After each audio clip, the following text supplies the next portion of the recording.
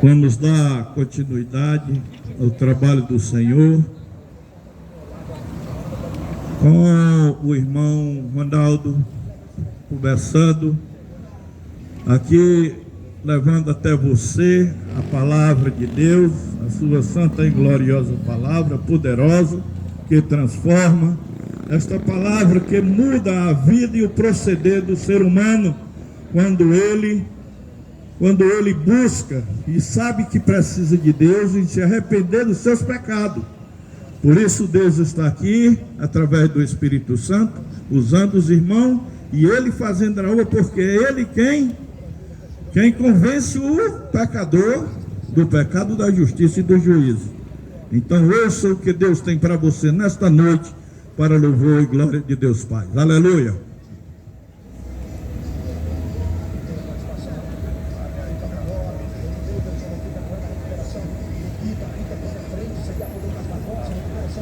Glória a Deus. Saúdo a todos com a paz do Senhor Jesus e aos ouvintes, que essa paz que excede todo o entendimento. Eu rogo a Deus nesta noite que essa paz ela possa adentrar o seu coração e fazer morada.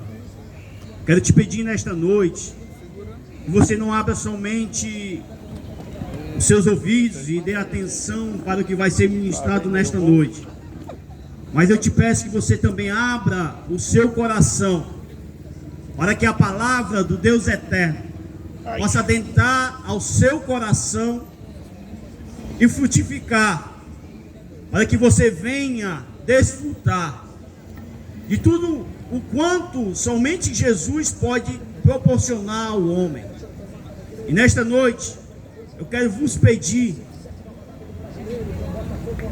que abra o seu coração para meditarmos junto na palavra do Senhor, que se encontra no Evangelho de Jesus Cristo, segundo escreveu São Marcos, capítulo de número 1, versículos de número 14 e número 15.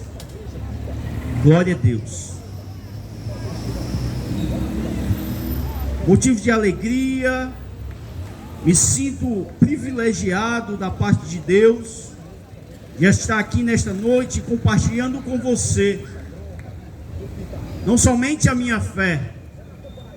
Evangelho de Marcos, capítulo de número 1, versículo 14 e 15, que diz da seguinte maneira: glória a Deus. A epígrafe do texto vai dizer a vocação dos primeiros discípulos ou apóstolos. Verso 14 diz da seguinte maneira: e depois que João foi preso ou entregue à prisão, veio Jesus para a Galileia pregando o evangelho do reino de Deus e dizendo, glória a Deus, e dizendo: o tempo está cumprido e o reino de Deus está próximo. Arrependei-vos e crede no Evangelho. Vou repetir. E dizendo Jesus: o tempo está cumprido, o reino de Deus está próximo. Arrependei-vos e crede no Evangelho. Glória a Deus. Meus amados ouvintes, que se encontra aqui nesta praça nesta noite, esse texto no qual eu compartilhei com vocês está tratando a respeito da mensagem que Jesus pregava no seu tempo de existência como homem na Galileia.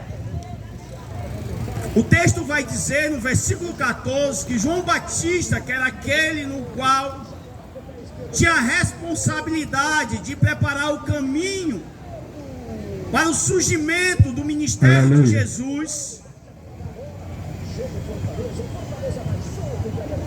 Glória a Deus.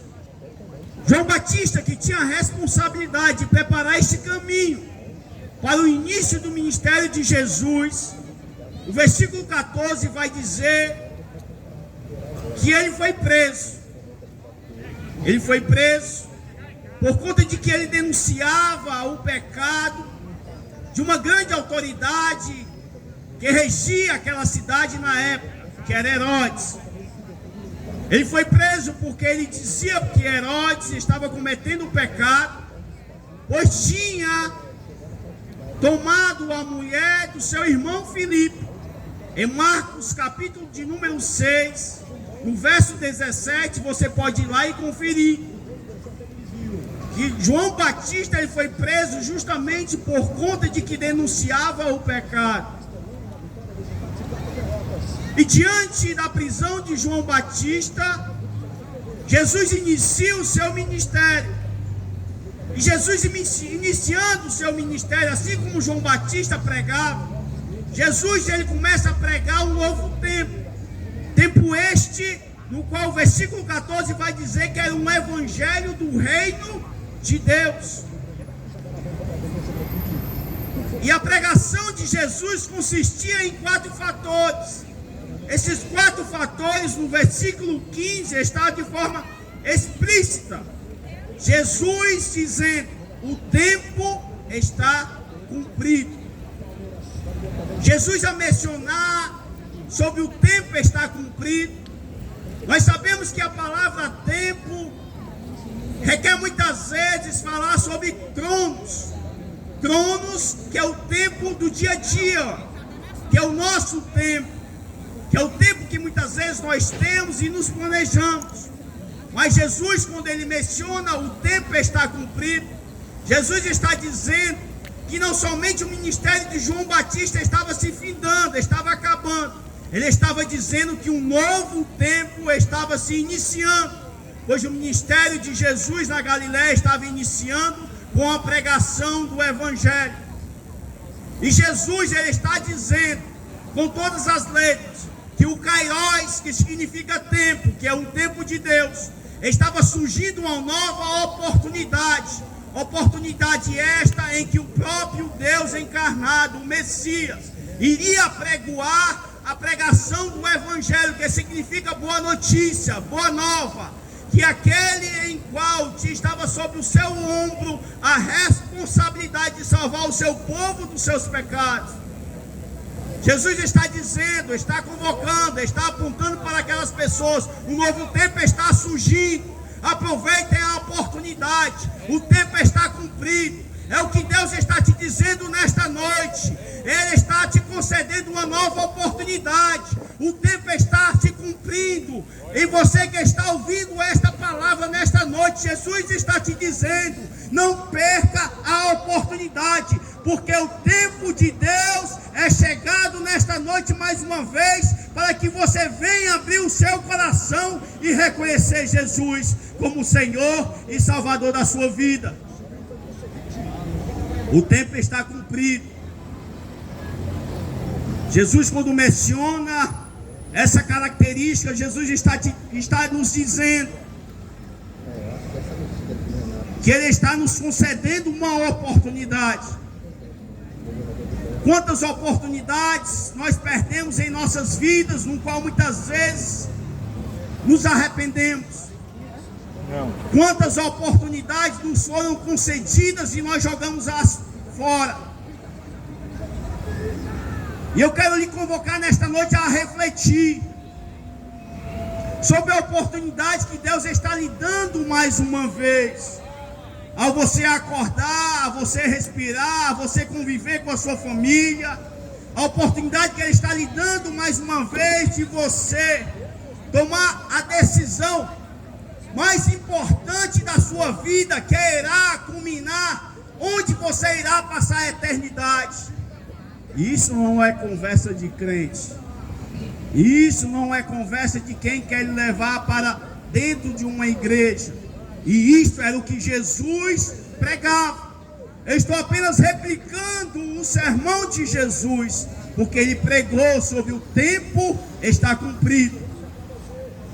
E nesta noite, além dele pregar a respeito que o tempo estava cumprido, em que a plenitude do Deus Todo-Poderoso estava se cumprindo na pessoa de Jesus, a assumir a forma de um homem, Ele vai dizer que o reino de Deus está próximo. Quando Jesus menciona que o reino de Deus está próximo, é porque os judeus naquela época viviam debaixo de um jugo de Roma. E Roma tinha um líder máximo, César. E dentro desse reino de César existiam outras autoridades. O povo judeu estava escravizado, estava sendo subjugado, estava sendo explorado e sofria demais. Eles aguardavam uma promessa, a promessa de um novo reino, a promessa da vida de um libertador, de um rei. E Jesus disse que o tempo estava cumprido e que o reino de Deus estava próximo. Jesus estava chamando para si a responsabilidade, dizendo que ele era aquele no qual os profetas tinham profetizado, que ele era o Messias, o Salvador. Porém os homens não compreenderam, porque acharam que Jesus vinha como um líder político, achavam que Jesus vinha com o poder de libertá-los da opressão de Roma. Mas eles não compreenderam que Jesus estava pregando justamente sobre o reino de Deus. Quando ele menciona o reino de Deus, significativamente ele já está apontando para os céus, está apontando para o alto, está apontando para a eternidade. Ele está dizendo para aqueles homens que o meu reino não é como o de César, o meu reino não é passageiro, mas o meu reino é eterno. O meu reino não é da terra, o meu reino é do céu. O meu reino não é pequeno nem limitado, o meu reino é grande, eterno, ilimitado e poderoso.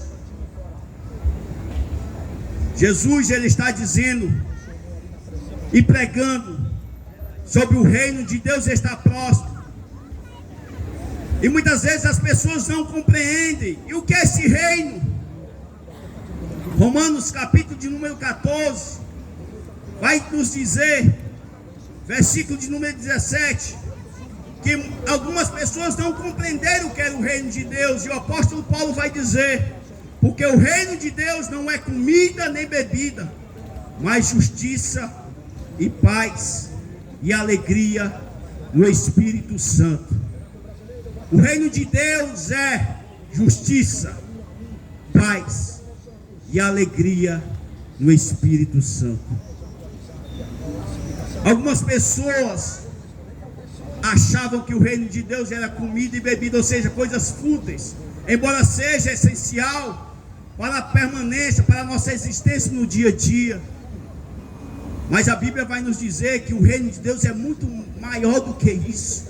O reino de Deus não é coisa passageira, não é coisa fútil, é algo importante, grande, maravilhoso. E este reino de Deus era justamente o que Jesus estava pregando para as pessoas daquela época.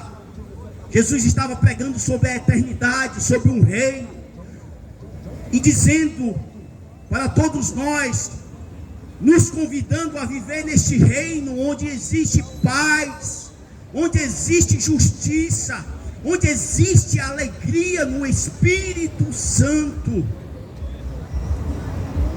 O reino de Deus, em que Jesus estava apregoando, está próximo de mim e de você. Mas como é que eu faço, irmão Ronaldo, para poder fazer parte deste reino? Jesus, ele vai dizer para nós o que nós devemos fazer para que nós possamos adentrar neste reino de Deus. Ele vai dizer no versículo 15, a terceira característica da sua pregação: arrependei-vos. Para nós adentrarmos no reino de Deus é necessário nós nos arrependermos. Arrependermos de quê, irmão Ronaldo? Arrependermos dos nossos pecados. E o primeiro passo para nós arrependermos dos nossos pecados é necessário nós reconhecermos que somos pecadores. Nós reconhecermos que nós somos dependentes do sacrifício de Jesus. Nós reconhecermos que nós somos injustos, mas Ele, sendo justo, morreu por mim e por você na cruz. Mas a Bíblia vai dizer que Ele morreu, porém Ele ressuscitou ao terceiro dia. Para nós adentrarmos a este reino de Deus em que Jesus menciona, é necessário arrependimento. E o que é arrependimento, irmão Ronaldo? É mudança de direção, meu irmão. É mudança de mente. É mudança de rota. Porque o pecado significa errar o alvo. Ou seja, você pode tentar com todas as boas intenções, com todas as suas forças, acertar o alvo, mas se o Espírito Santo de Deus não estiver dentro de você, fazendo morada, você continuamente vai estar dando com a cara na parede. É necessário se arrepender. E como é que eu faço isso, irmão Ronaldo? Como é que eu me arrependo dos meus pecados?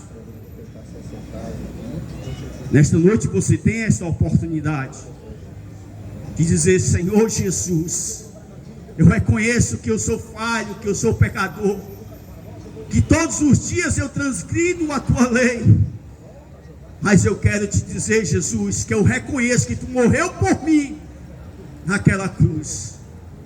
Eu quero ser salvo, Jesus, eu quero ser transformado, eu quero ser liberto, eu quero adentrar o reino de Deus. E eu te digo, certamente, porque a própria palavra de Deus vai dizer: aquele que me invocar será salvo. Se nesta noite você invocar Jesus, Ele vai te salvar dos teus pecados, da ira vindoura que há de vir sobre todos aqueles que não reconheceram a Jesus como Senhor e Salvador. E para concluir, Jesus, além de dizer arrependei-vos, que é necessário nos arrependermos para adentrar o reino de Deus, Ele vai dizer que além de se arrepender é necessário crer. Crer em quê, irmão Ronaldo? Jesus vai dizer: crer no Evangelho. E o que é Evangelho, irmão Ronaldo? O apóstolo Paulo vai nos dizer na primeira carta aos Coríntios, capítulo de número 15, glória a Deus. E aqui eu faço questão de mencionar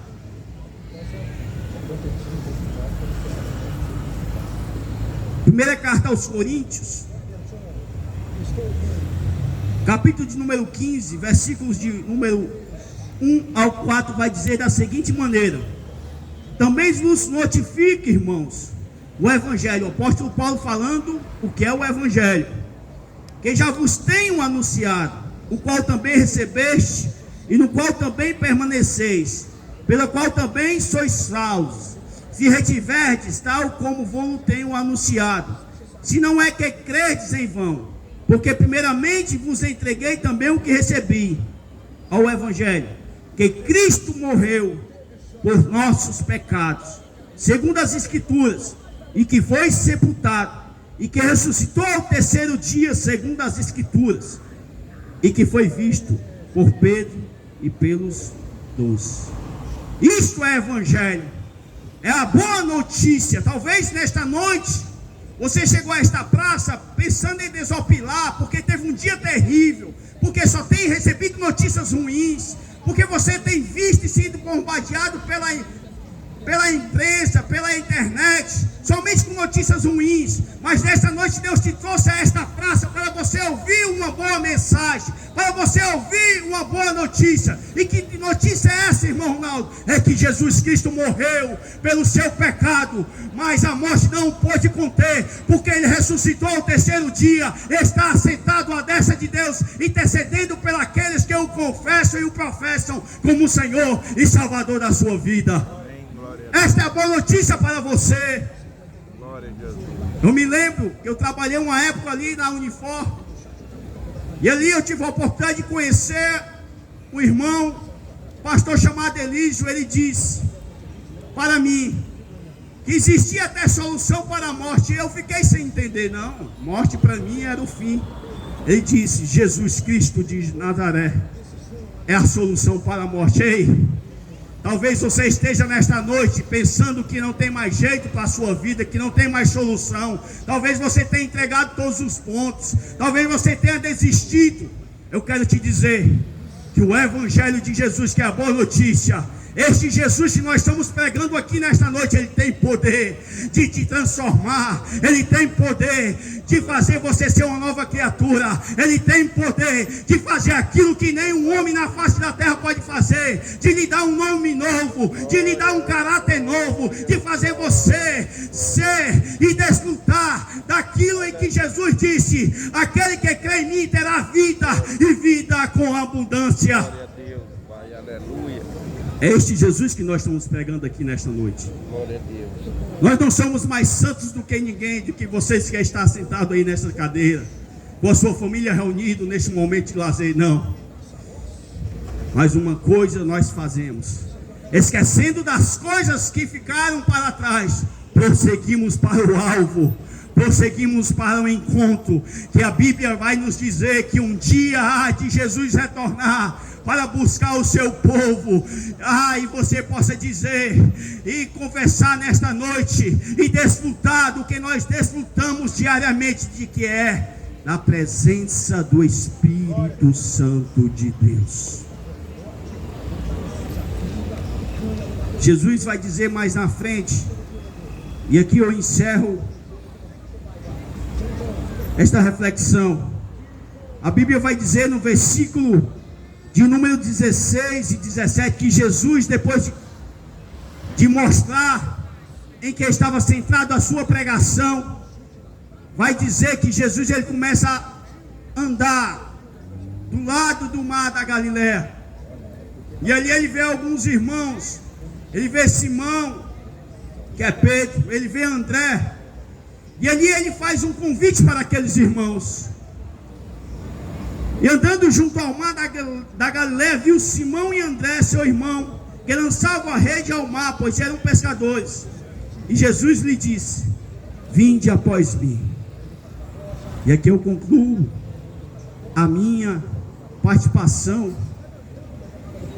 Jesus, quando ele nos deu as características da sua ministração, da sua pregação, ele viu dois irmãos e lançou o convite: vinde após mim. Ei, Jesus está te convidando nesta noite. Vinde após mim. Vinde após mim. Jesus está te convidando nesta noite. Você que está no seu dia a dia, talvez algo rotineiro, você está aqui nesta praça, assim como esses irmãos eram pescadores, era algo rotineiro, algo que fazia parte do seu dia a dia, a pesca. Mas naquele dia foi o dia mais importante da vida desses homens, e foi o dia em que nós também um dia tivemos essa oportunidade de termos um encontro com Jesus. E nesta noite, que você possa ouvir e abrir o seu coração para o convite de Jesus que está aberto: vinde após mim. Glória a Deus.